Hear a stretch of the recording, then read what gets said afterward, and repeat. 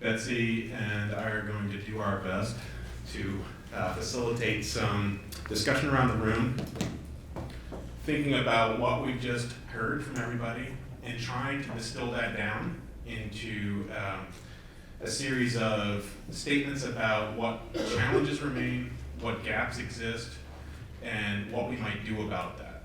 And one way we thought of trying to organize this is thinking in terms of research questions or research needs, education or training challenges or needs, and practice challenges or needs. So we're going to see how this goes. We do have some prompt questions as well to help with the conversation. Okay, so here we go. Time to brainstorm. Look at that. It's almost like we planned it, Betsy. It's almost like my handwriting. Okay, so let's start with the results that we heard about earlier. PSA training results, self-reported knowledge gains, OFRR findings. Do those ring true with what you've seen or discussed with growers, or what you've seen on your own farm or at peers' farms? Are there other key practices, so thinking about farm practices that remain unadopted, key best practices that remain unadopted based on OFRRs and inspections? And so maybe one place to start is if Meredith wouldn't mind summarizing that list again. Should we start there?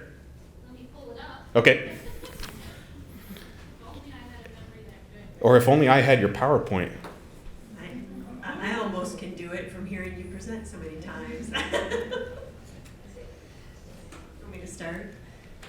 Turns out people are not doing a very good job on worker training.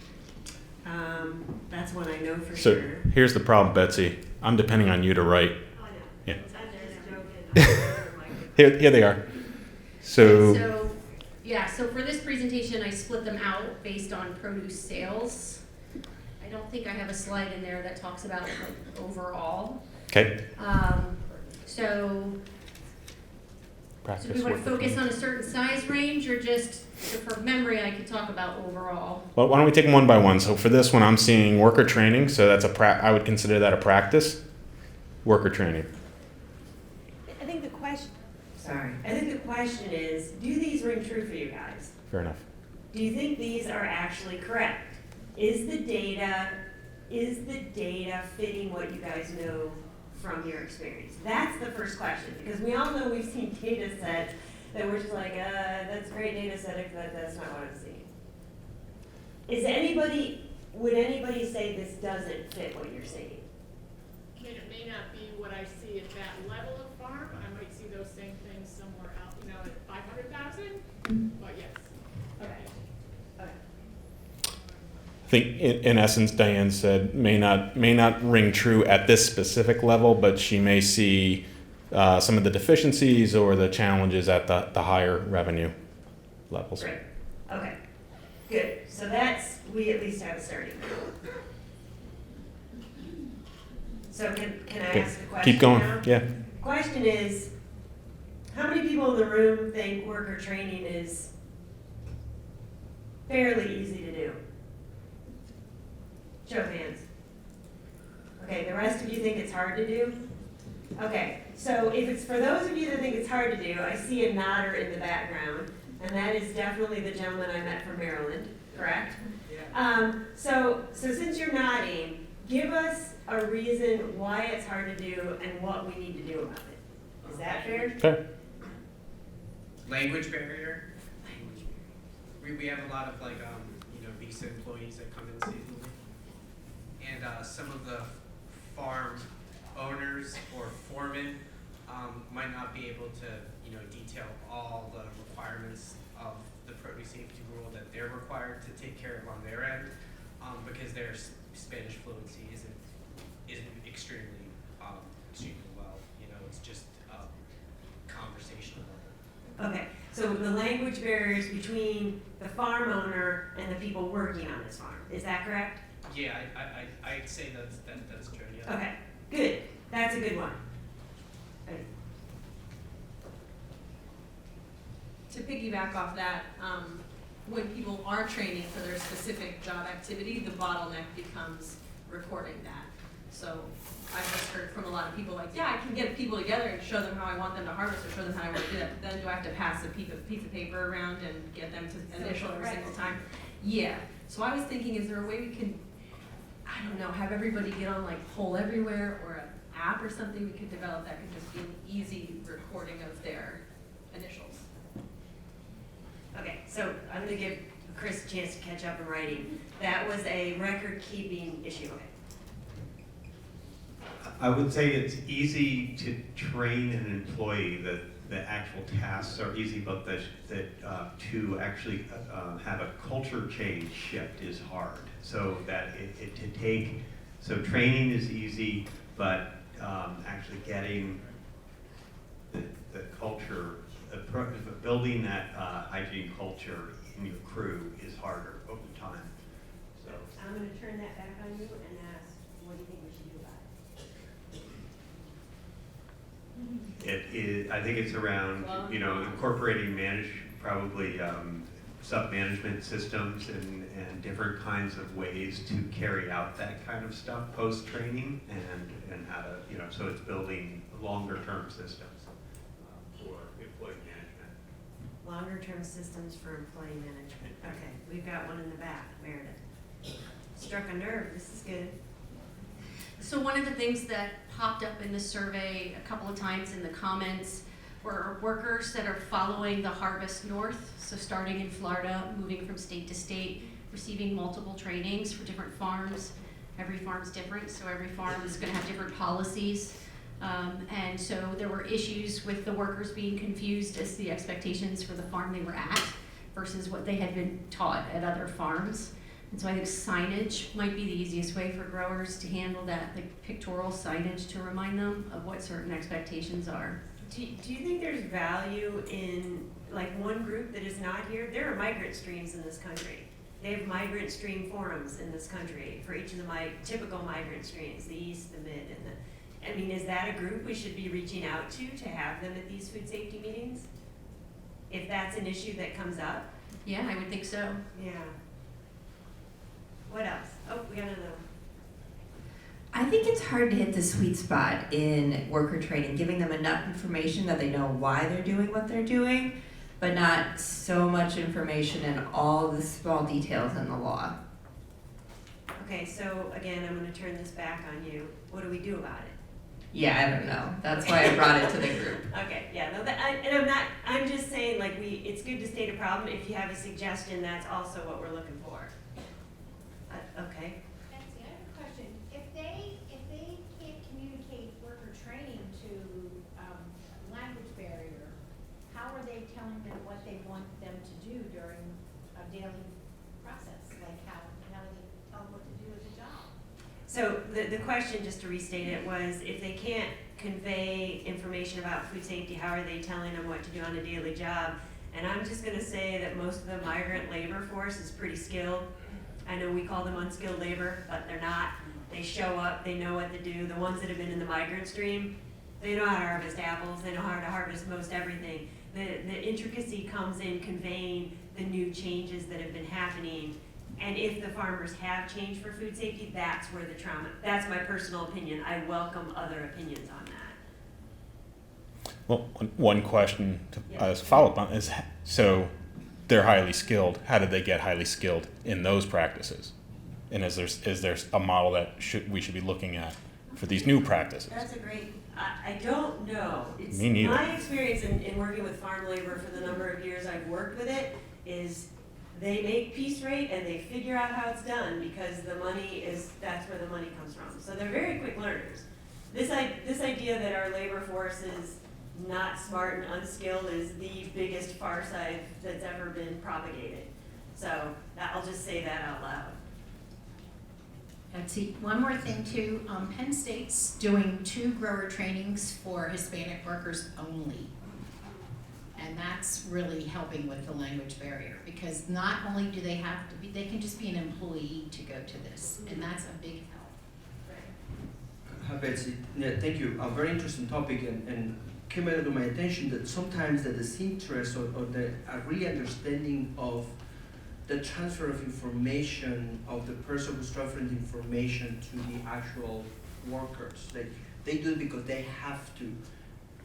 But when you transfer that information because you have to, the receiver of the information doesn't know what to do with it because there's no incentive really from the one who's transferring the information to the one who's receiving it, and the one who's receiving it is just like, I'm here just because I have to. But nothing changes, doesn't change the culture, doesn't change anything because it's just a check mark.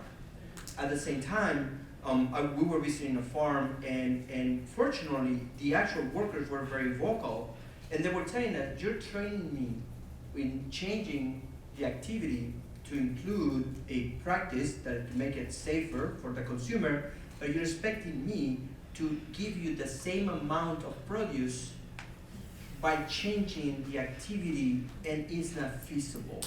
So the reality of our farmers or anybody who's training, expecting the workers to change the way of the activities going on by doing something different and having the same yield, it's not going to go well. So the actual worker stops doing the change that they were asked to do because it's more about the yield than the actual. And this is something we have seen all along with this. Everything from telling workers to walk to the bathrooms because now you're taking money out of their pockets. Yes. Absolutely. But I think, and this comes down to a grower, this comes down to making sure the growers understand when they're training that this is a true thing. I think this is, somebody said this about the why of training. This is when the why is critical, because if the workers don't understand it, it is just money out of their pockets, for sure. Good point. We got one in the back. Yep. One thing that we've noticed in the field is there's often a crew lead who is the one translating to the crew. And so I feel like that is the key in communicating what is important information to pass on, and being able to identify that person is sometimes difficult. You're really depending on the relationship between the farm owner and their relationship with the crew lead. And so somehow getting them the information they need to convey the message to the crew is, I think, a key factor in this. So that actually brings up a really good point. What about, because now we've heard a couple of different points, would it be good to put together a best practices on worker training, just a quick sheet highlighting these things, like who you should target? Crew chiefs, because they're they're not trained educators, so Right. they don't know the best way to convey the information. So yes, Right. yeah. Yeah, and get at Socrates' issue of you need to understand that you're asking workers to possibly take money out, or that you need to expect a reduction in harvest. So maybe we can capture some of these ideas, Chris, on a one-pager, like just best practices or considerations. I'm not going to say best practices, but something like that. I'm going to let her go since I took the microphone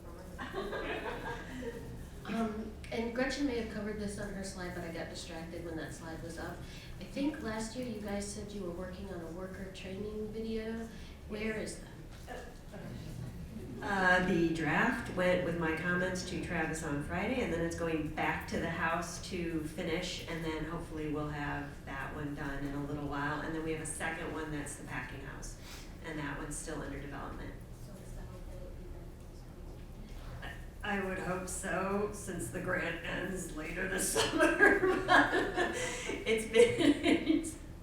Yeah, that's where we're at. I know exactly where we're at, because it just left my desk. Okay. Other quick thoughts on worker training? So my comment is based on dating back to when we first were doing like USDA gap audits, and now we transitioned to doing inspections. And I'm sure many of us that have gone through this similar process can agree that they've seen significant changes from the first year a farm implemented food safety practices to 10 years later. So for us, one thing we focused on is just repetition for both the laborers and the farm managers as well.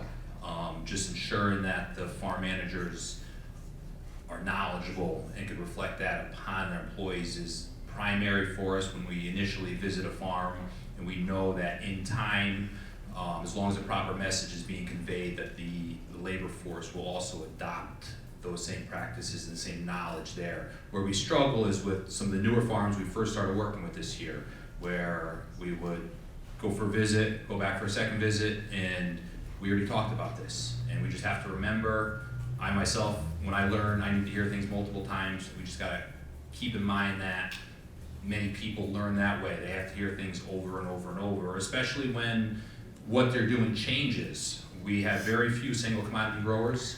They are gonna be shifting crops, shifting practices, shifting harvest techniques, and then they need to take the same mindset and apply it to different activities.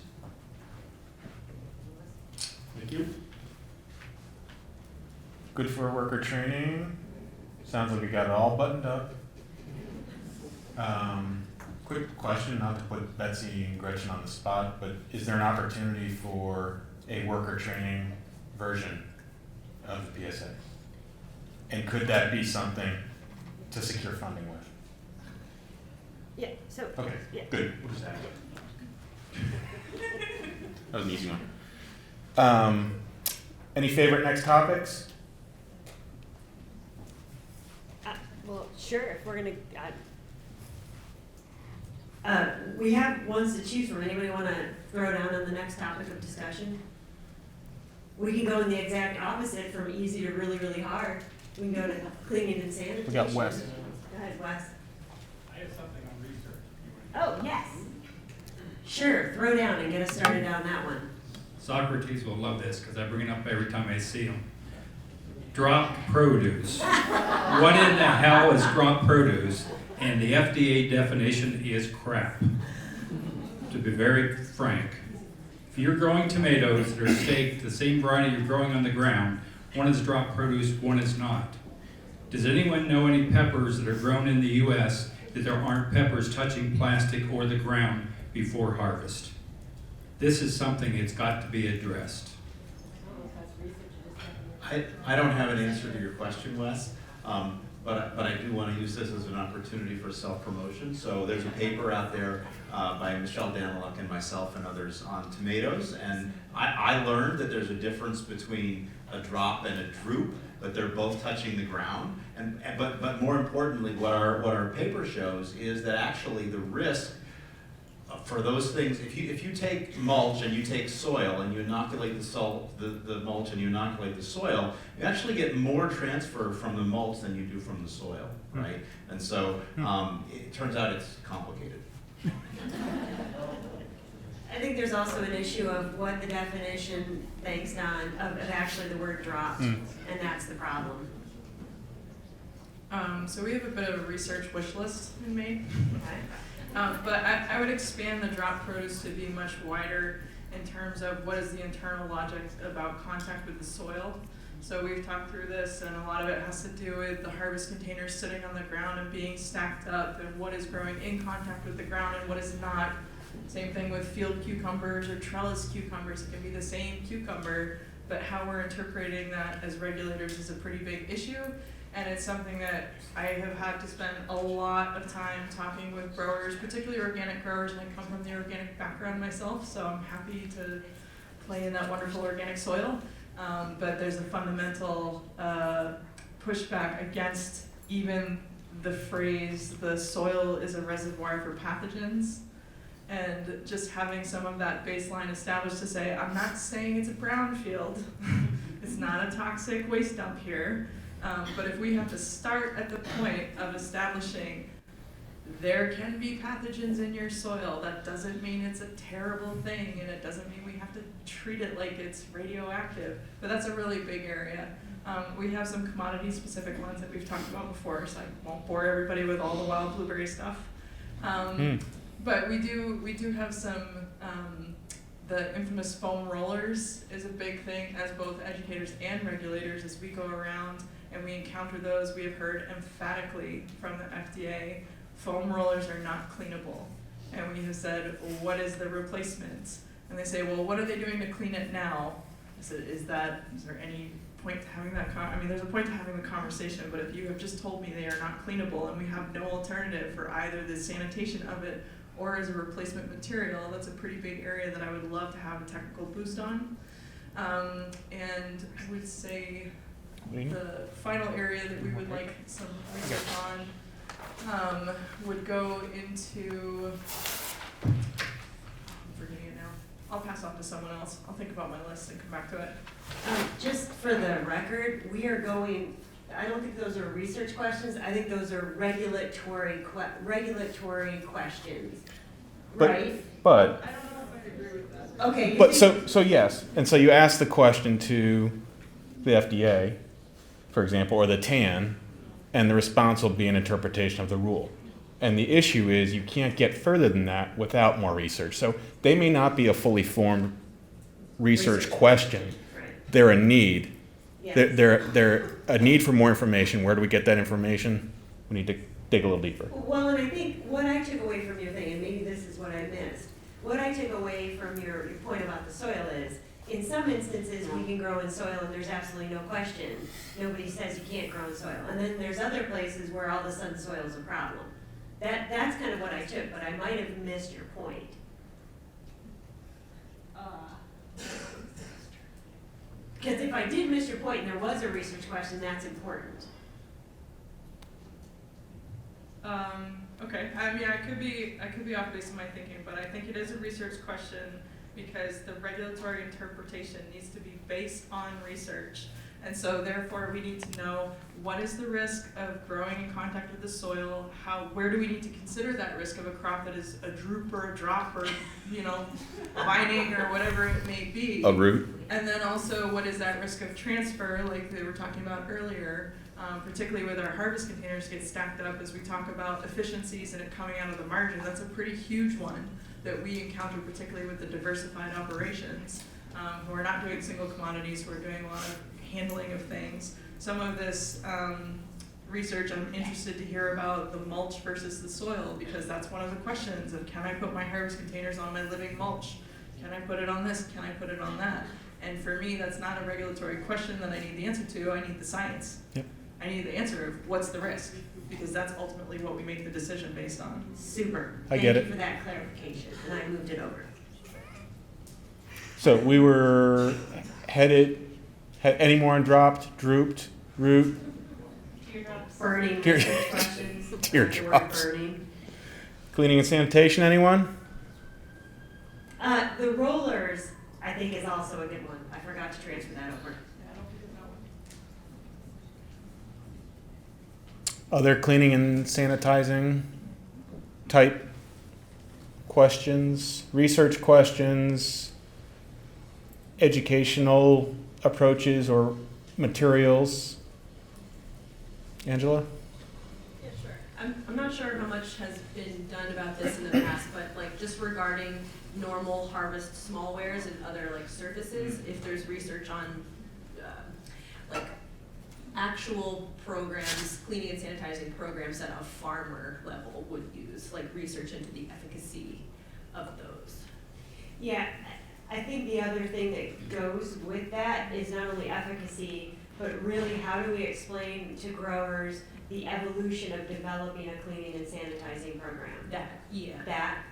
So it would be research and then like a decision support tool that would be like, okay, this is how often you actually have to do it.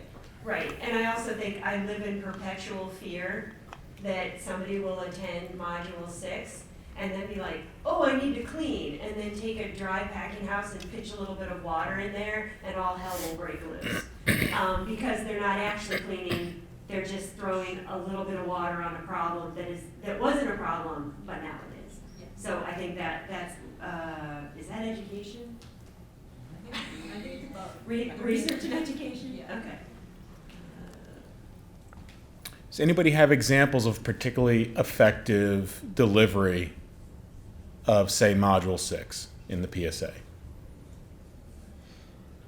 So we have, here's where my brain is. We have self-reported knowledge gain in that module. We have pre-post test documented knowledge gain in that module. And yet we have OFRR findings and inspection findings that say there's still a lot of work to be done. Gretchen? So I can't remember if it's your kit or Andy's kit, but I know one of you has like a bag. It's like Mary Poppins bag where you pull out all of these samples of what materials can you use. And We have 2 bags. you know, I think growers really appreciate being able to see it. I always get the cost question, how much does this stuff cost? I know you guys have a fact sheet for that. I think just giving them access to, hey, there's other materials out there if we're considering moving to something else. Thanks. Happy to share that information. Hi, I have a question about program evaluation. And maybe going back to Gretchen, I think your presentation earlier, we saw what appeared to me anyways to be kind of short-term outcomes and knowledge change or knowledge gained as a result of attending a training. What are some potential long-term outcomes, and how can we frame those in a way that might boost a future research initiative to get additional funding? And I'm thinking specifically long-term outcomes with regards to something like a decrease in produce-borne illness. Is that a long-term outcome of a produce safety alliance training? Sounds fundable to me.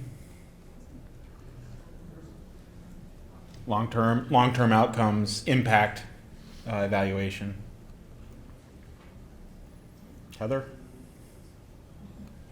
Kind of like the free-for-all style. It's working. Thanks, Chelsea.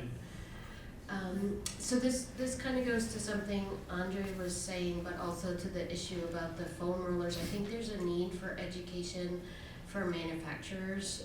At the New England Fruit and Vegetable, there's a manufacturer who's marketing replacement rollers for those foam rollers that are supposedly antimicrobial, and they're offering to share the research.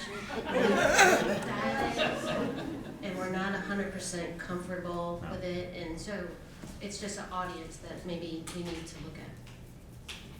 I think I know this research project. Yeah, Is me that too. the one I know? Yeah. Okay, so I think that's fair. And I think the reason it's fair is because I think some of the manufacturers don't know what kind of research they need to be generating, so they contact third parties and say, here, run some research, and then they give them back the data, which they do, and then they think it's good. So I agree with that. I don't think these manufacturers are doing it with bad intention. I think the issue is they just don't know what they're supposed to be going after. They know we're concerned, so that's what they're trying to do. You want to add to that? I would just, that specific instance, just to add a little detail to it, was a test done on a material not used as a foam roller in a brush washer. It was a test done on a material as a material, a dry mattress material. So again, we're taking the results of one test in one application and trying to apply it to a different design incarnation of that material. So that causes me concern. Yeah, and I would say the advice that would go back to the manufacturer is talk to somebody at a university that does research and get advice on the design, and then hire a private lab to do it. I do this all the time. We don't want to get involved in doing the research because it's just quite frankly, just too not worth our time, but I'm happy to spend an hour on the phone with somebody telling them how to not screw up the study. The experiment design in particular, yeah. We do have another mic coming. Go ahead, Alan. So back to the cleaning and sanitizing part, I think one of the things that I'm hearing from some growers, which is probably coming back from this room, is how do I dry things out? And so it would be, there's actually no real practical ways to do a lot of this without involving blowing things around. And so I think some kind of research as to like where, how do we, what are best practices for a dry period, because that's pretty crucial in our pack houses. Yeah. That's the education, right? Best practice. Also research. There's some research do you know how too. to dry out the pack house before? Can you see I was suggesting just waving it in the air? Yeah. Put it on a clothesline.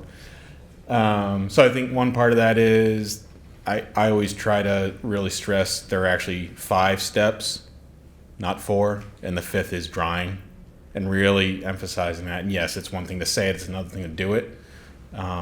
But I mean, simple as having some circulation of air, low velocity, and ventilation, bringing fresh air in. So I think it's just about, you were mentioning is this stuff getting done? And what's happening is Yeah, right. you're going back to the pack house in the next morning and it's still wet. Still wet, So yeah. that means It's not gonna be never enough. it never dried down, it's gonna get wet again now. Yep. Yep. So if we want it to happen, we have to research how to make it happen. Fair point. Yep. Cleaning. So Sorry. the other research thing that I would like to have, now that I remembered it, is do any of you guys have baseline background pathogen levels in multitudes of environments? Because that's something that if I need to turn around and just like explain our starting point. You know, this is something I ran a processing facility before, and with my team, I can swab a cell phone, I can swab a piece of equipment, as we have just spent 2 hours trying to clean a peeler, you know what I mean? And when we talk about how does that worker training work, well, some of it is, can we talk from within the community with real life experience? And I understand that, you know, there's the question of how we do that carefully, so that we're protecting the farms who might agree to let us do this. But just for representative types of environments, Socrates is waving a hand, that may exist somewhere, but that would really help me in my job to be able to say, totally get it, here's some just general background levels that would hold true for Maine or anywhere. Well, interesting enough, on the research consortium that we're working on, ORSA, that's one of the objectives that we want. Marianne indicated that we are collecting or working with our state university colleagues for them to do the collection of soil and soil amendments and produce, blind them, and then send it to us, and we're reporting the results back to them, with the intention that this is the data that we generated, where do you need support on knowledge, or how did you talk to your farmer to understand what the data means for them. So, and there's the baseline that you're discussing, just exactly what we want to know. What are we talking about? And the preliminary information that we have, well, we already know, right? Empirically, well, the Georgia soil versus the Ohio soils, the organism's presence is different. What does it mean to the farmers who are growing on those environments? So that's exactly what we want to do. And we're here to hopefully work with you all and make sure that you're interested on that and help us to answer those questions that you already have. But it's not only about the data, but what does the data mean to the farmer? That is our objective. Marianne, did I think that, though, is the key question of why we don't want people throwing a little bit of water on it, because we all suspect there's some background, but I don't think anybody has a good data set on it. It also gets back to Don's point in the earlier session, you know, where how clean is too clean, right? I mean, maybe, what's that? Fecal transplants.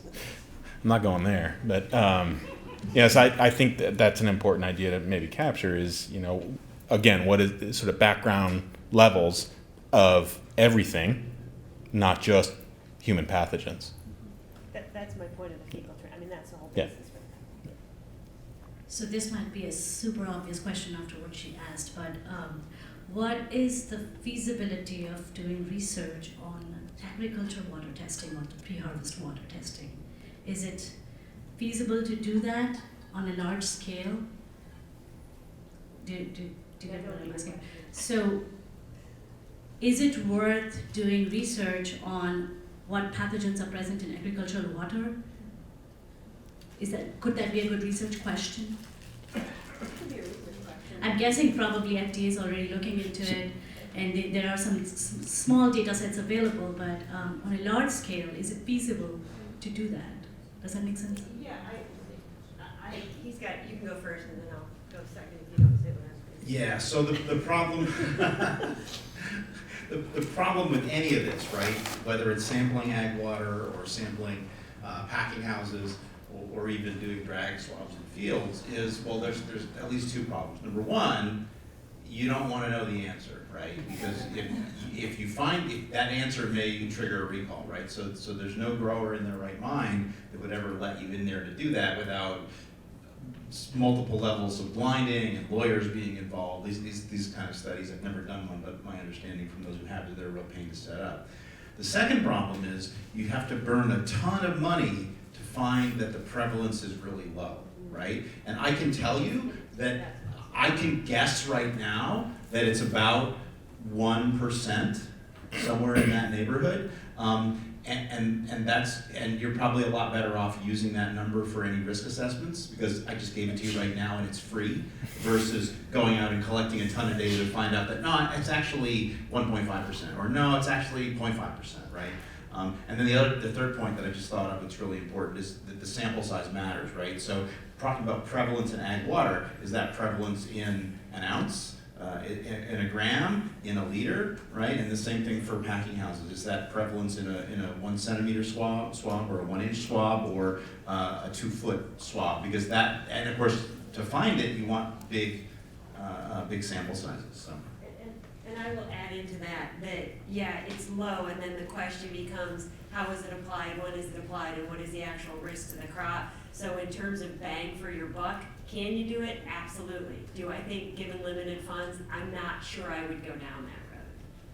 I do think it's relevant to look at, though, since we did pick up the EPA recreational water standard, which is based on actual ingestion of water, which resulted in their risk, to actually look at what is the risk on the crop in terms of, say, overhead irrigation, where we know there's full wetting. What is the likely volume consumption of that water? That, I think, would be interesting. Because then I think that's relevant to the EPA rec water standard that we adopted. We didn't, not we. It's in the rule, not me. Go ahead. Okay, hi, thank you. Just want to go a little more detail. I didn't have time earlier. I didn't want to spend more time talking about it. But part of the samples that we are getting from our academic partners are source waters. Could be from a lake, like drip irrigation, could be from a lake, from a pond, from a well. And then we don't, in the same farms, we do find, they do find pathogens, that maybe one source out of every 3 months or whatever, it could be a different source every time. Right. There are some farms, but 2 of our areas, that we find consistently the same pathogens in the waters. What we haven't found them in the produce or in the soil. And one thing we're doing this year is they're providing us what we call paired samples. There's a water source, the soil where the plant has been grown, and the produce, to see if there's any connection. So that is being done right now. Yeah, and I think that's a great thing where you know you find it, because there are studies that have been done where you will find a pathogen in an outbreak in a water source that wasn't there, then it is there, then it gets established in the environment, so you know it's now persisting. I think that kind of research is relevant to ask those questions. Hans has a microphone. Yeah, this is a little bit, so what's prioritizing applied research? So I keep having this thought, and Andre kind of is following on what he was saying, but that we're all in this room, every one of us, and dedicate our whole careers to the farmers and the consumers, doing that, people not getting sick, and growers adapting these practices, right? That's what we're doing. So we have to make, whatever we do, our board says we have to actually make that something that is digestible by that group. And if we don't do that, no matter how great our research is, and no matter how, what our conclusions are, it's going to be really difficult to actually get the impact that we want without that group buying into it. So the communication thing is important. And so here's the point. If we follow the money in the grower world, so what are they spending money on, or time, or resources? What are the key things that we're asking them to do that are going to impact that money? We better know what we're talking about. And I think growers want to do the right thing, but if you say, mouse chewed on that roll of remade, and you've got to throw it out because it's contaminated, and there's no research to back it, you just completely wiped out your authority. And that does a huge amount of harm to our cause. So I think we really should think carefully about the background research. So what is the control? Okay, if you don't wash your pack house, we have all these different examples, and this is the kind of bacterial load in these kinds of settings that don't get cleaned. When they're cleaned, we found there are 100-fold decreases in potential contaminants. Okay, they're going to turn their heads. Okay, so that's what I'm talking about. It's like we need that kind of background stuff. Or a washable surface versus wooden or some other kind of surface. We need to point to data that says, look, in these situations, this is what we found. If you can move to this, it's going to decrease or drop your risk tenfold or 100, like down, it's going to drop it down to 1%. That's, I think, what we really need to focus. Follow the money on what we're asking them to do, and then back it up if we're serious. We need to be able to show them it makes sense. Okay, Hans, I translated this to education materials and practice recommendations must have a scientific basis. Or, yeah, especially prioritize to money, things that cost money and resources. And be doable. Yeah, and be doable. So my question to Hans and to everybody, that's great, but what do we do in the meantime?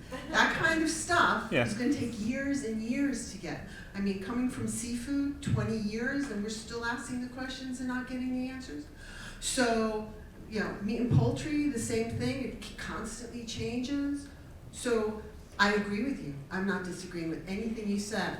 But what do we do in the meantime? We've got regulations there that are being implemented, right? Inspections have started. The water piece could be, for some people, 6 or 8 years down the road until they actually come to be implemented. From 2022, 2023, 2024, +4 for small, so now we're at 2028. So what do we do in the meantime? We talk about lack of water testing. Yes, I agree. But if you don't have to have that for 8 years, what do we do in the meantime? And those regulations are in place. So somebody is going to come on a farm, see a little nibble by a little teeny mouse, and say, you've got to get rid of it all. What do we do in the meantime? And I know the farmers are getting, frustrated. I know everybody's getting frustrated because we have a set of regulations that are now. So, and I have to say, if it makes anybody feel better, it's the same for everything. It's the same for seafood, it's the same for preventive controls.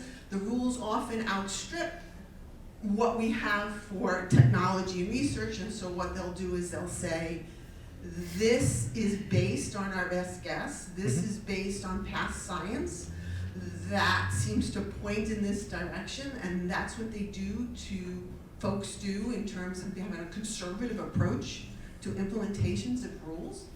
So, what do we do? Okay, so I want to jump in here for 1 second and then use your statement to catapult to somewhere else.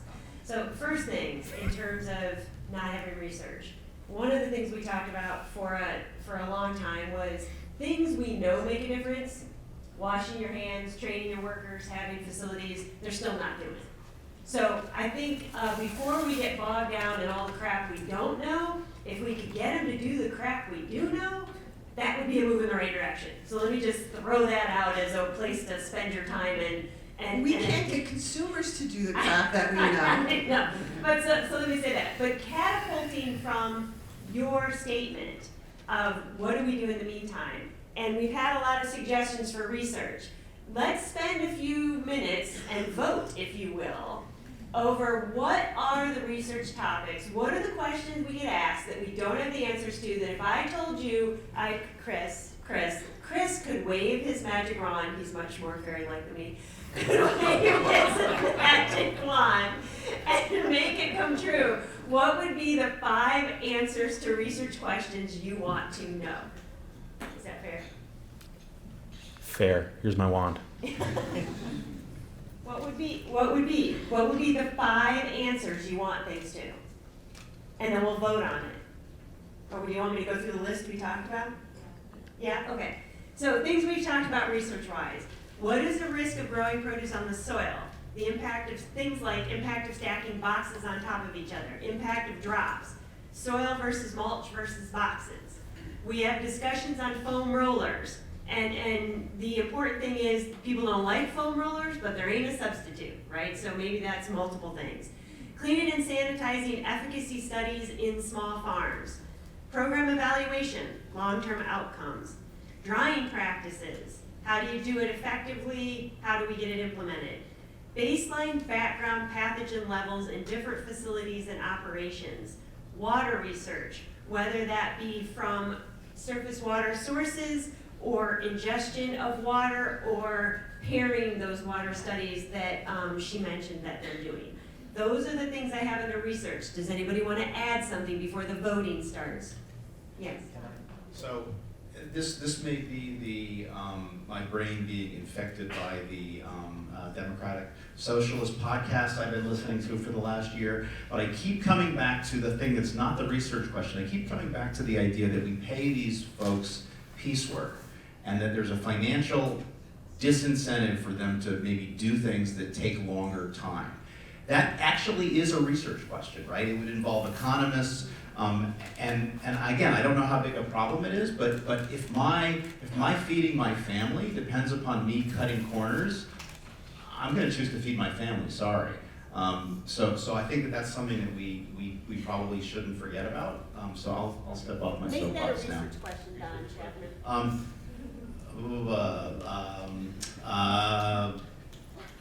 Investigate financial incentives of current economic model for hiring workers. Sure. Yeah. How about investigate financial incentive disincentives of implementing food safety practices? Perfect, I love it. And you asked me for advice. Abby?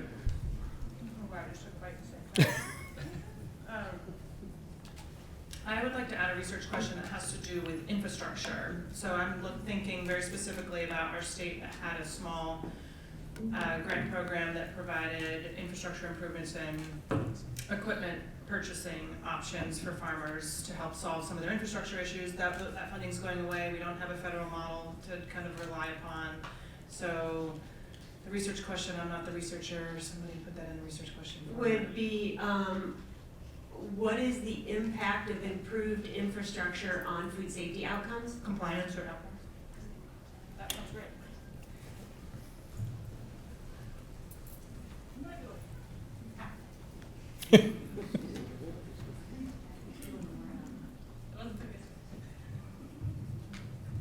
Thanks. Yeah. As a relative newcomer to food safety, but with more of a background in growing, I'm thinking of as a farmer, I wouldn't want to hear so much the negative impacts of what I'm doing as what could some possible positive impacts of best management practices be. So, what are some increases in quality or in shelf life that could come about because of better management practices? And to Hans's point, following the money, how might I make money by following some food safety practices? Not just what is it going to cost me, but what might I gain from that? Yeah, that's great. So just to restate what you're saying, what increases in shelf life, crop price, quality come from implementing food safety practices? Yeah. Okay. Employee satisfaction as well, might be another factor. I would like to really vote for that because we do that some in our class, the nexus between quality and safety. The idea that, I don't know, give me an example. A bruised piece of fruit might be a problem for safety, but it's more of a problem for quality, and you do everything you can to enhance quality and keep quality. I really like that. That's really a nice positive spin to the same thing. Okay. Any other research questions? We've gotten some good additions. We've got Aaron and Lisa and a gentleman whose name I don't know, so hang on.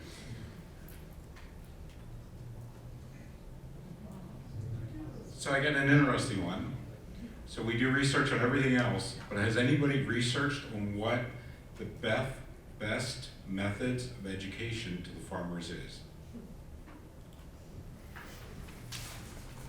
Come to tomorrow afternoon's work group. Assessment. Yeah. But yes. Not that there's more, not that there isn't more we need to do, but yes. But we're asking all these questions Yep. about everything else and how the farmers their workers aren't doing this and they're Yep. not doing this. But have we look at the true education that we're all using? Yep. And is there a better method? Or is it handouts, is it videos, do you know what I mean? I think the question has been asked, and I know we asked it in one of our surveys, which is, what do you use to educate yourself? I think you're kind of asking that on its side, which is, what is the best way to improve their learning, maybe? And I think there's a couple different questions you could come at, but that's up there. Aaron and Lisa both had their hands in the air, and then Hans. Soil amendments are not on that list, right? Soil amendments. What do you want? What's your research question? Research on BSAAO based on climate or region and manure type or amendment type and crop.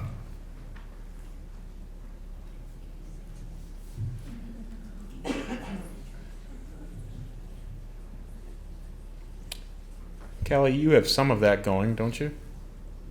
Some, yeah.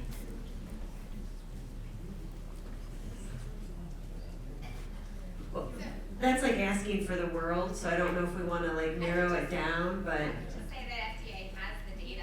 So it was that was collected at multiple universities on the East and the West Coast, and FDA has the data now. So I believe that they are working on multiple models. So hopefully they'll be coming back with that information. But I think You didn't say it had to be a realistic request. So- That is totally true, Aaron. I did not. Lisa. Oh, Lisa has her hand up. Sorry. Behind you.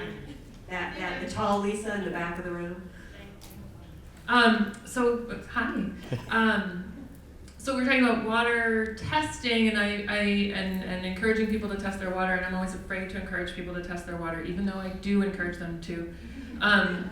But my fear is always when they say, well, what do I do after I realize that it's high? And so I think one of the things I wish I had to recommend was cheap and environmentally friendly ways for them to treat their either contaminated or just risky water that I can recommend. And I know that there's some issues with like EPA approval of some of the chlorine treatments, that kind of stuff. So to really be able to recommend some kind of treatment.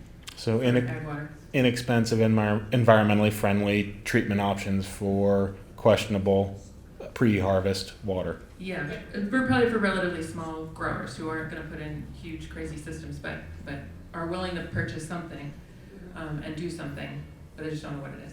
Got it. I'll take Isn't there an FSUP project about that in somewhere? There's at least one FSOP project on that, but it heavily focused on like chlor-tab, which may cause some issues with DEP. I just want to follow up on what Kathy just said.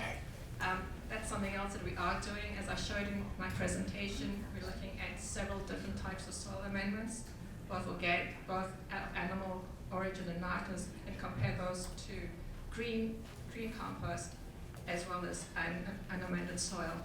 And again, this is our third year, and we do have some information, but we're still trying to analyze it once we're all done, so that will be additional information. And our Office of Division of Produce Safety keeps on saying this is what we need, so this is what we're trying to get for them as well. So that's in addition to what Kelly mentioned. Okay, Hans, you're on. Okay, this is not a standard question, but the research question that I have is there a correlation between job quality index and contamination levels found on the farm? And so this is my hunch, going around to many, many farms, is that farms where the culture of employees is like spot on, they have good management, there's a lot of good things, good practices going on, and it would correlate with the sort of quality of the job for the worker.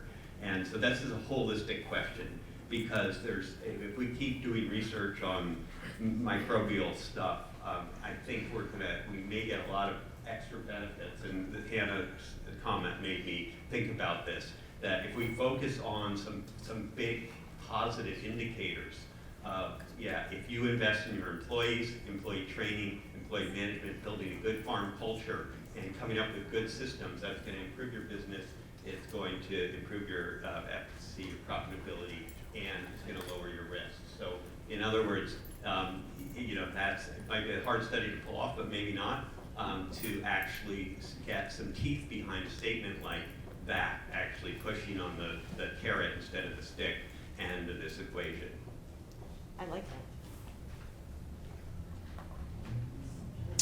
Anybody want to champion one or two more research questions? Yep, one or two. We got a few minutes before the voting.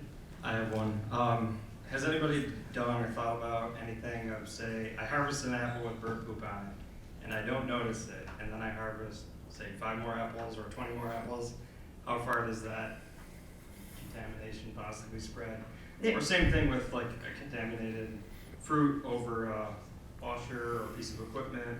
How far does that contamination go? There is some data, and I think you're going to go over that. Yeah, so there's a paper that's not yet published, emailed Linda Harris about that. She's the Rate Limiting Step. I'm a co-author on that, looking at successive transfer to romaine lettuce from inoculated gloves, and then she inoculated the lettuce to the glove. Anyway, all the different ways you want to do that, and so look for that to get hopefully published soon. We've also got some research looking at waxing of cucumbers and transfer from the wax. I'm the rate limiting step on that one, so you can email me about that. So there's research that's coming on that. I would say a good rule, having done a bunch of research on cross-contamination generally, a good rule of thumb is you get about 10% transfer, and then to a donor site, and then you get about 10% transfer from that site each time it gets successively contacted. So a good rule of thumb is you can use that to estimate. And what that will mean is that you'll spread that contamination out for potentially for many, many more contacts. There's actually some published work that we did with folks at IIT on inoculating tomatoes with norovirus surrogate, and then looking at spread to subsequent tomatoes with slicing. And a lot of it depends on what your starting concentration is and what your detection limit is. But you could literally go for dozens of subsequent contacts and get that contamination spread. We did some stuff on broccoli initially, but here's a question. Has anybody actually done how many pathogens are on a bird poop off of an apple hanging in an orchard? Michelle Daniluk and I, she did we did going back to the original question, we've done glove transfer, cotton transfer, and box transfer of salmonella.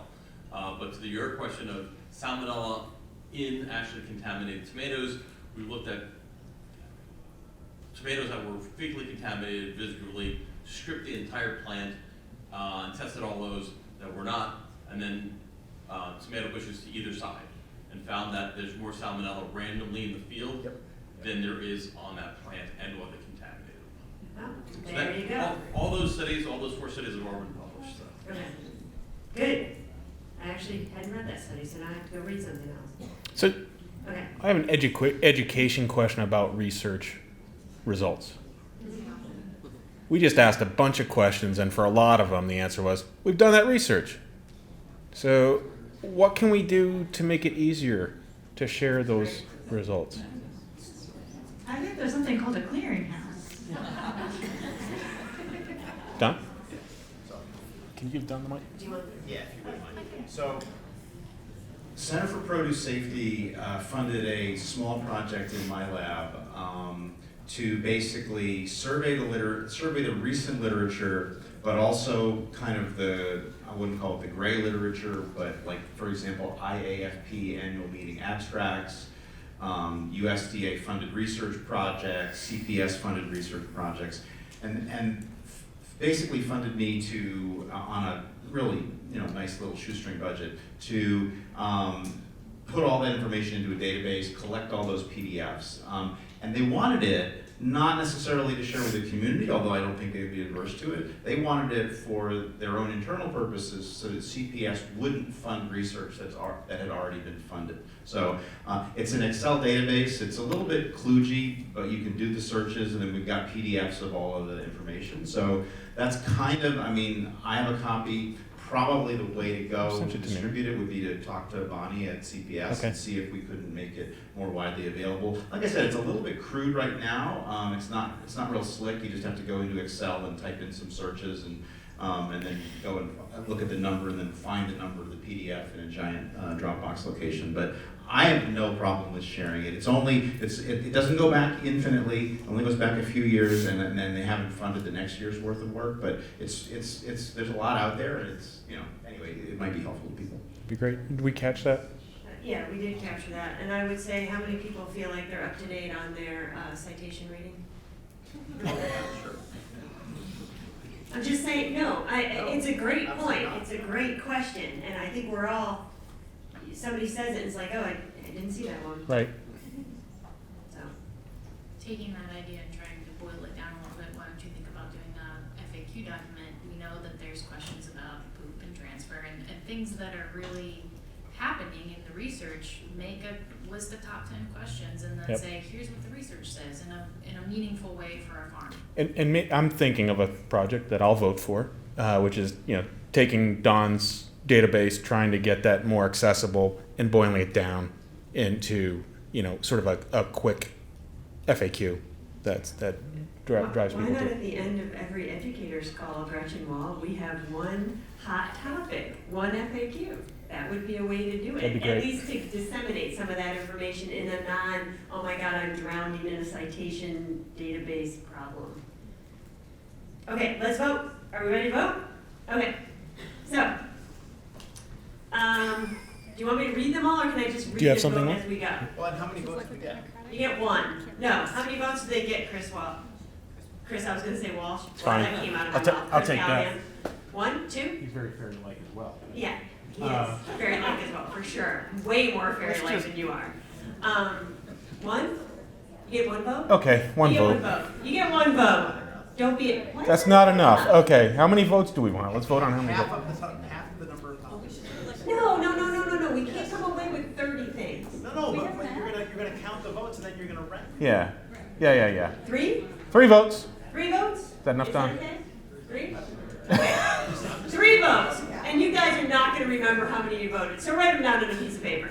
Okay, you get 3 votes. You're counting, right? Okay. Okay. I'm going to estimate. What is the risk of growing on soil, looking at the impact on stacking boxes, impact of drops, and soil versus mulch versus boxes? That's a big boy. Do you want to break that up, or is that 1? That's 1. 1. Okay. Basically, soil. Who wants that one? Who wants soil research?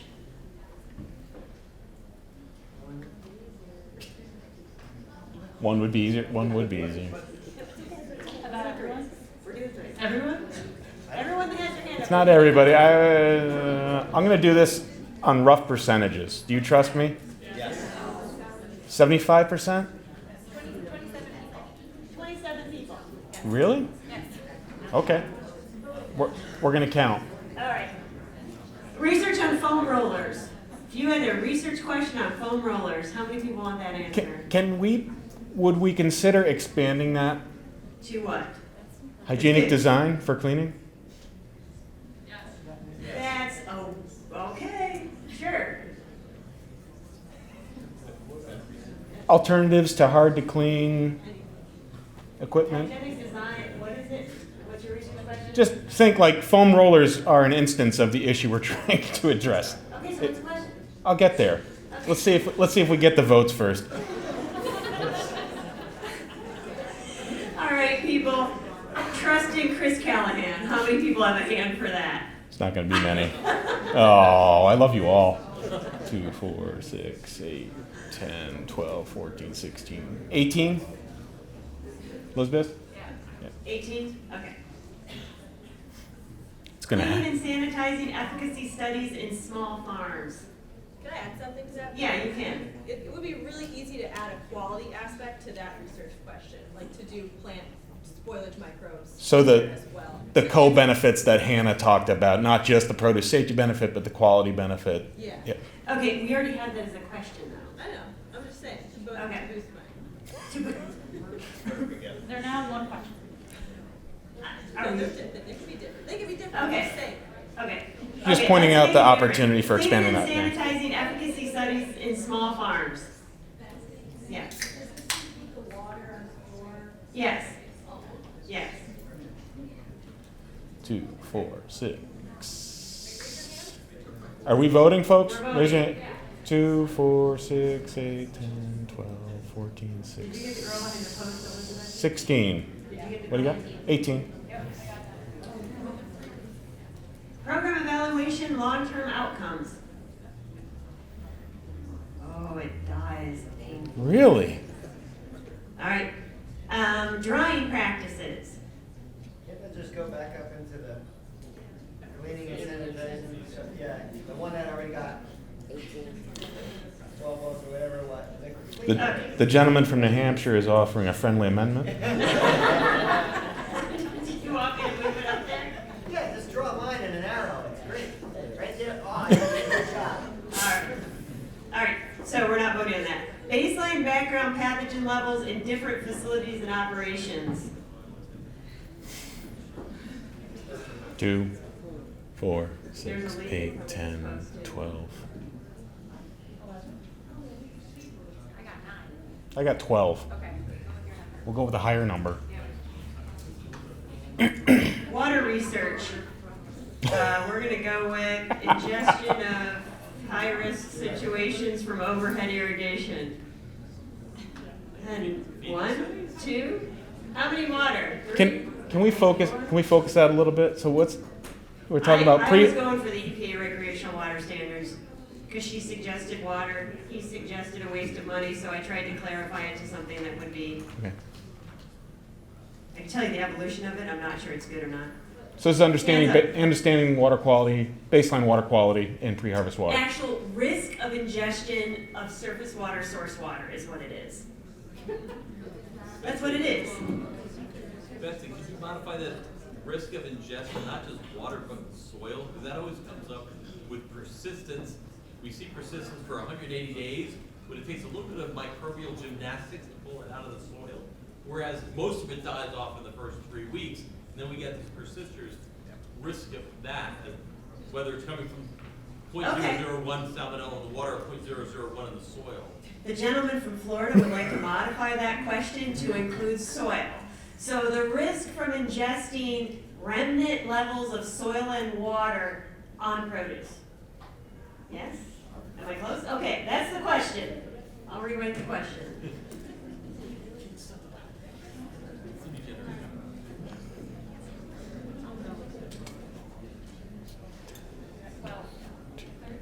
14. All right. Yeah, it's hard. All right. All right. Investigate in financial incentive disincentives of implementing food safety practices for workers. God, that's a great one. That's a great one. A lot. I'm all for that. 2, 4, 6, 8, 10, 12, 14, 16, 18, 22, 24, 26, 28, 32, 34, 36, 38, 40, 42, 43, 44. I'm getting like 40. I got 44. Okay, what is the impact of improved infrastructure on compliance? What is the impact of improved infrastructure on compliance? Right. Yeah. What is that? Wait, 5, 6? Yeah. Nothing dies here. No, I think this is the problem. I think a lot of these are really great. What increases in shelf life, crop price, quality, employee satisfaction come from implementing food safety practices?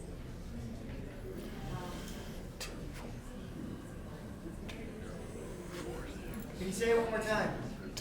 No. From the top. Do you want it? Do you want it from the top? No, just that one, just that one. Oh. What increases in shelf life, crop price, quality, employee satisfaction, I should have put commas, come from implementing food safety practices? It's a great one. It's as good as the 44 one personally. 18? 18? Only half is good. Best educational methods for reaching farmers.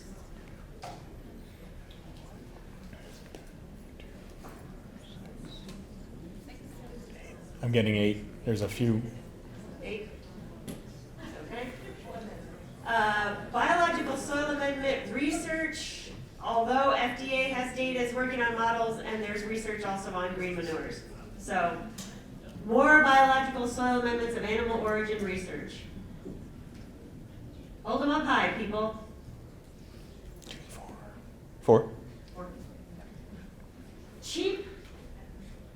and environmentally friendly ways to treat water sources. Really? Nobody wants that? 2, 4. I have 4. 4? 4? Is there a correlation between job quality index and pathogens or risks found on the farm? I actually think the gentle person from New York, I think that actually is under this increase in employee satisfaction is sort of there. It's just missing that risk thing. And it kind of ties in with the other one, which was Yeah, incentives and yes. disincentives. Yeah, so you're hosed because 44 people went on the first one. Okay, that's it. The big winner is the investigative financial incentive disincentives of implementing food safety practices and risks of growing on soil, 44 and 27, and then there's a lot in the middle there. This is very good. Shazam, good job. Okay. Moving along. Next was, How many times do we have? we have 15 minutes. Okay, in our 15 minutes, let's talk about educational materials. Can we do that? Yeah. Are we good with that, people? Yeah? Are you starting to sleep? You can stand up here for a minute if you're starting to sleep. There you go, stand up, everybody stand up. Let's take a move your butt break. Don't hold back. Yeah. That's good. They were starting to melt. All that oating got them down. Whew. It's pretty hot in here. Look at me. I am a girl who is cold, and I am Yeah. rolling up my Yeah. sleeves. I can't imagine what the rest of humanity is feeling like. I'm not even. So materials and approaches. Education, materials and approaches. All right. YouTuber jabber. Sorry. No. People doing okay? I'm asking you. I'm not complaining. All right, have a seat. We got 15 minutes. We're gonna make the most of this. You wanna come up? Oh, they're doing laps. This gentleman has agreed to lead you in the conga.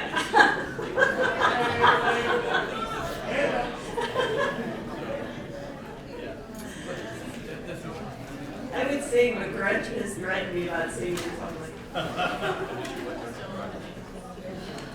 Only in karaoke. Oh, God.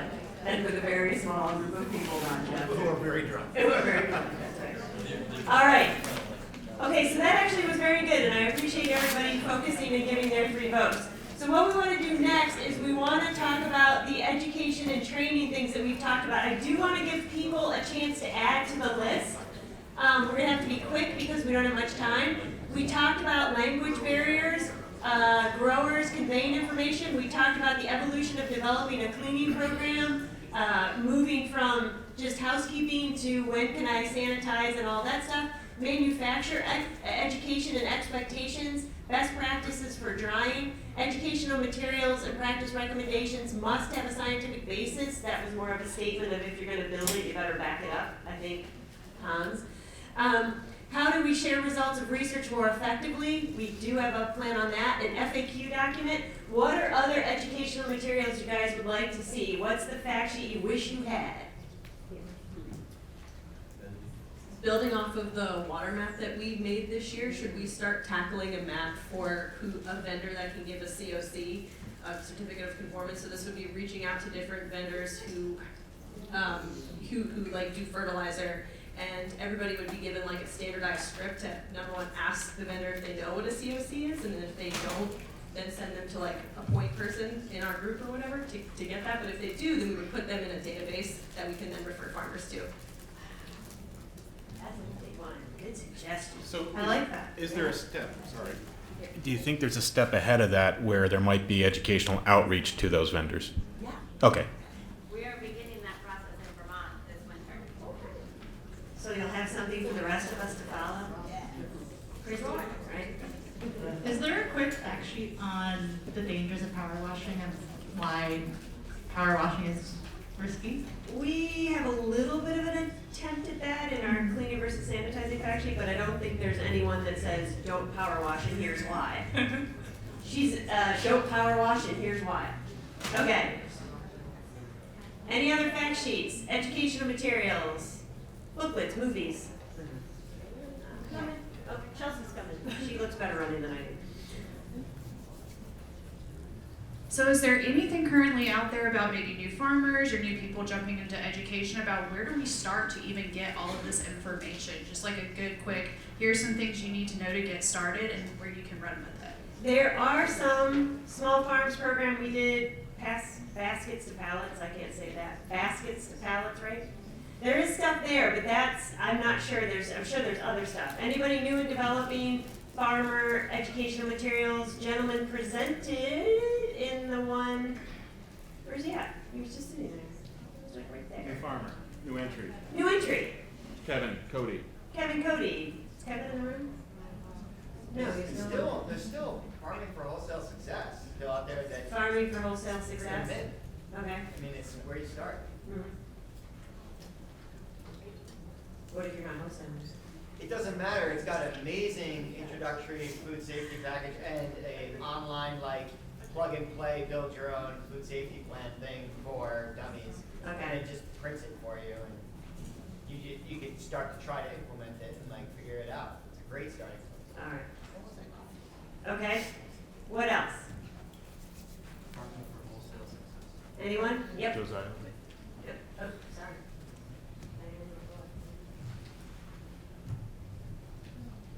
This isn't new, but when we were having a question over this past year regarding sanitizers that are on the list that you've already created, and you go to those sanitizers, they don't actually give the use that the farmers are actually using it for. And if you're not supposed to use a sanitizer that's not approved for that use, they're a bit of a conundrum. So trying to make that match what they're actually using it for, if possible. That's outreach to the manufacturer.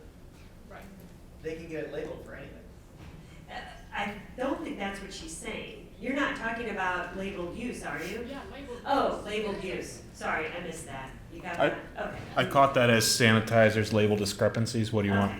Okay. Yeah, I mean, I- the problem is the label's right, but what the farmer's looking to use it for isn't on the label. Right. And yet they've been told they can use it. And it's oftentimes the same chemical ingredients as one that might be labeled for that use. Right. Yeah. Okay. I missed that. Sorry. I thought it was something else. Anybody else?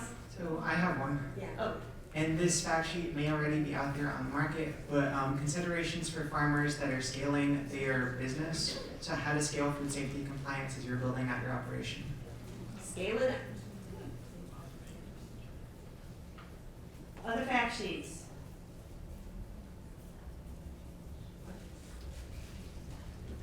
No, it doesn't have to be a fact sheet. It can be anything. Movie, song. Home video. Anyone? Yep, Aaron. Fact sheet for state. Thank you. Fact sheet for state-specific food safety resources, educators, regulators, Like what, process review. what, clarify that, like what's available in the state, what, In a state, in a state. resources by state. Resource, I like that, on things like. Everything. Everything. Regulators, educators, process. One of the So- ones I would. Process review. One of the ones I would love would, am I allowed to release my dump tank water into the environment? Try finding your state Robert's laughing, try finding a state regulation on that, I love that idea. Got it. I would also say Food Safety Resource Clearinghouse has that capability already. It's just a matter of people putting their information in. Right, but I think more, can we put effluent down on that, like what you're allowed to release? Because I think there's questions about wells, there's questions about effluent release, there's a lot of questions out there. In some states, it might be multiple agencies. Absolutely. For like a well or discharge. For sure, for sure. We have a very old fact sheet about that in Vermont, and that should probably be updated. Right, and we got a hand in the back, Chelsea, you got that?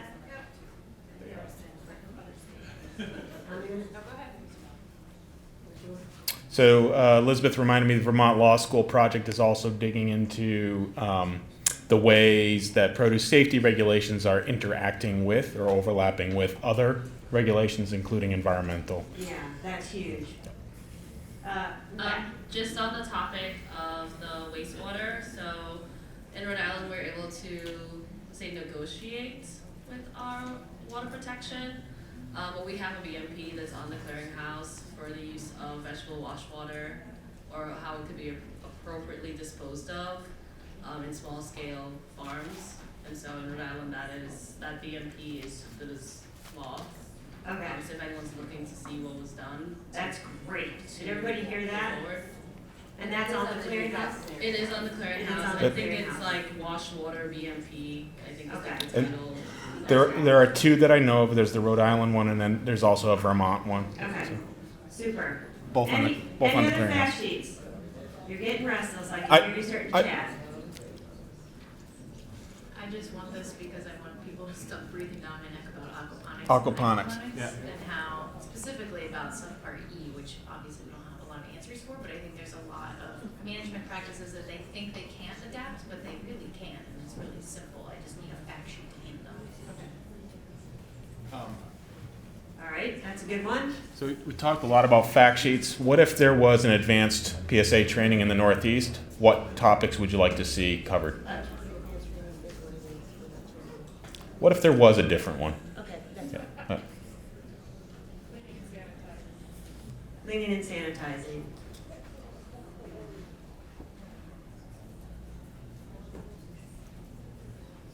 Chris is looking for topics. If you are going to have an advanced training that's not the already developed advanced training, what topics would you want?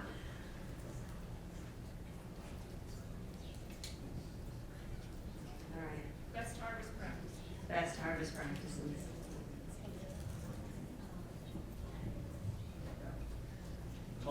Proper sampling of agriculture water. Proper sampling of water. Post-harvest produce safety and culinary herbs and herb drying. That was post-harvest practices in culinary herb drying, correct? Yeah, that's produce like on the produce safety end. On the produce safety end. Yeah. Anything else? I would say infiltration, water infiltration of produce, and more about how to change the dunk tank water and how to evaluate the Changing schedule, turbidity maybe? and stuff like that. Changing schedule? Yeah, just, yeah, evaluating the quality of that. I'd like to see a side-by-side comparison of post-harvest equipment, like brush washers, barrel washers, rinse conveyors, with pros and cons of each, what crops they're good for, and reviews from growers who are actually using them. Like Andre said, if we're pushing rinse conveyors, but they don't actually wash the produce, then we should hear that from the people who are using them. It's not a shameless plug, but we're actually doing a series of workshops in New York this winter on that. Great. With Callahan.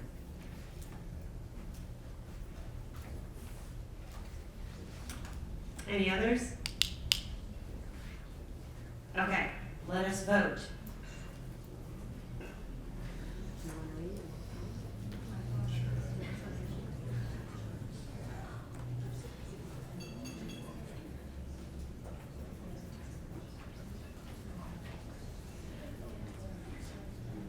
Okay, moving.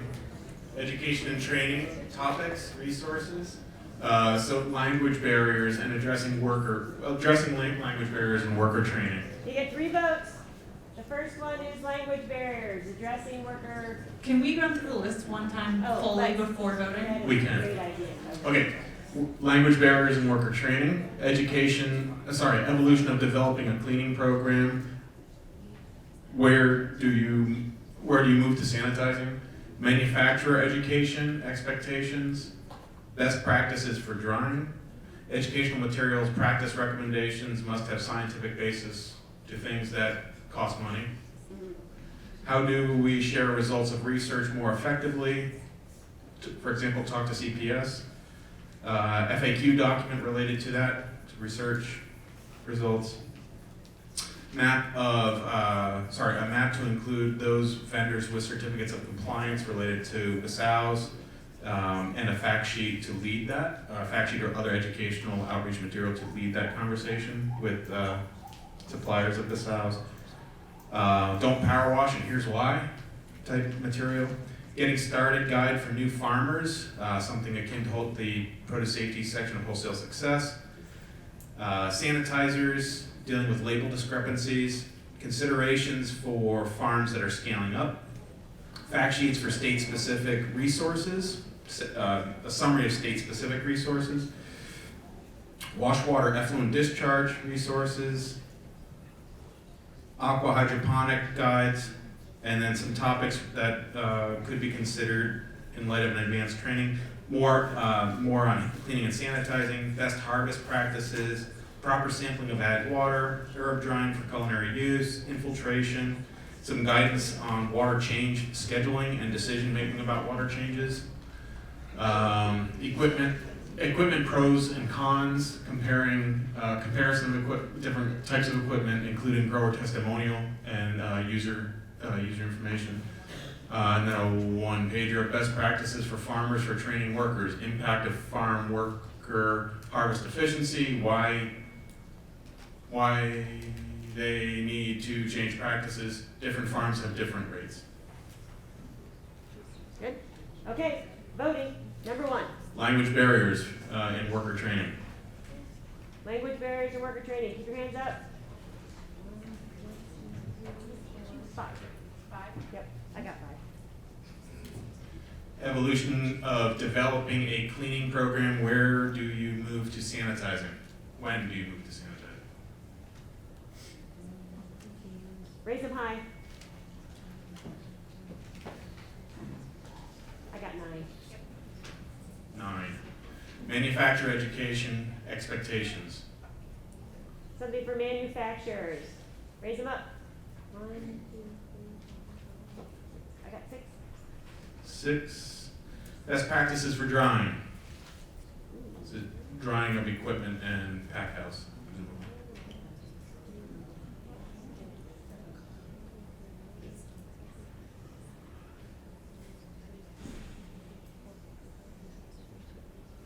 I got 30? Yeah, 33. 33. Educational materials, practice recommendations must have scientific basis to things that cost money. So integrating scientific basis to... I think that's just a suggestion. That's just an idea. Yeah, I don't think that's an actual fact sheet. Okay? That's not being voted on. Yeah.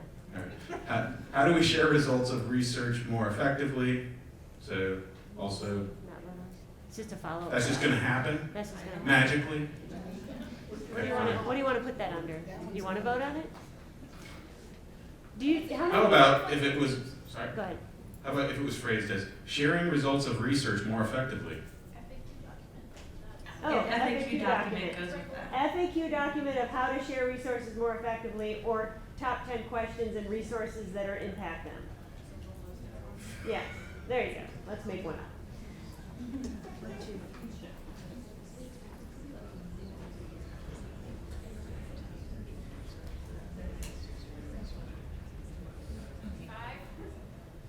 How did you get? 35. Good. I'll roll with that. I thought you said 5. Okay. Map of vendors who can provide certificate of compliance on the South. A map of certificate. And I would say educational materials as well. Yeah. Okay. Okay. Good. 6. 6. Don't power wash, and here's why. 1, 2, 3, 4, 5, 6, 7, 8, 9, 10, 11, 12, 13, 14, 15? Yeah. 15. 15. Getting started guide for new farmers, something along the lines of the produce safety section wholesale success. Yeah. Food safety for beginning farmers. Ish. Oh, that changed it. Sorry. 1, 2, 3, 4, 5, 6, 7, 8, 9, 10,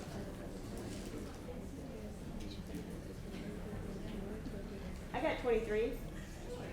Did you get 26? She got 26. 26. Sanitizer label discrepancies. Sanitizer label discrepancies. So more on selecting and using, you know, the sanitizer for a We specific got application. two. If I keep talking about it, we'll get more. Probably. What you gonna sell? No. Considerations for farms that are scaling up. Considerations for farms that are scaling up. We got one. Okay. Fact sheets for state-specific resources. State-specific resources. No, I just like shouting.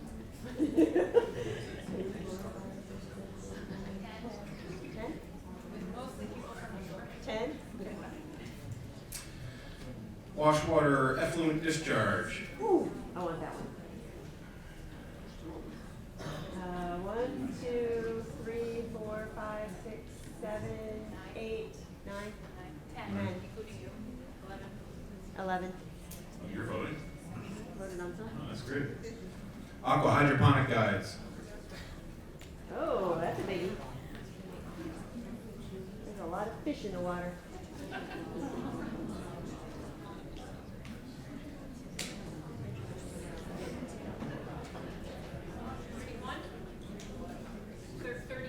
Okay, I'll buy that for $1.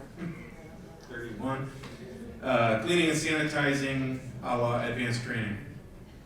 Cleaning and sanitizing for an advanced training. 6. 6? Best harvest practices in an advanced training. 0. Proper sampling of ag water. Proper sampling of ag water.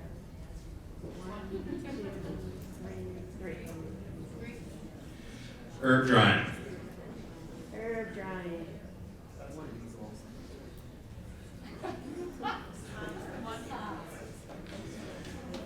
Infiltration. Infiltration. 1. What? Water change. Water change. Scheduling and decision making. Scheduling and decision making.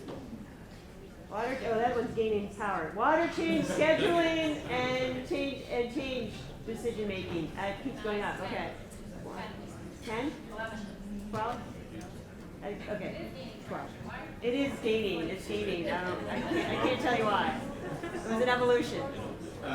Equipment pros and cons in comparison, including grower experiences. Comparing and contrasting equipment. 1, 2, 3, 4, 5, 6, 7, 8. 9. Actually, there was one in the back I missed. One pager of best practices for farmers for training workers. This is the one we talked about earlier in the day when we were talking about worker training. It just didn't get moved to this page. It came from the Ways and Means Committee. It came from the Ways and Means Committee. Yeah, it's on there. Yeah. Okay. 1 pager. 6. Okay. Okay, clear winners, I would say. Read them out. Top 5 are sharing results of research more effectively via fact document, talk to CPS with 35 votes. Best practices for drying with 33 votes. Aqua hydroponic guides with 31 votes. Getting started guide for new farmers, 26 votes. And don't power wash and here's why with 15 votes. Good. Thank you. Time's it. I have not a clue. Okay, it's time to call it a day for this session. Thank you all very Good job, guys. much.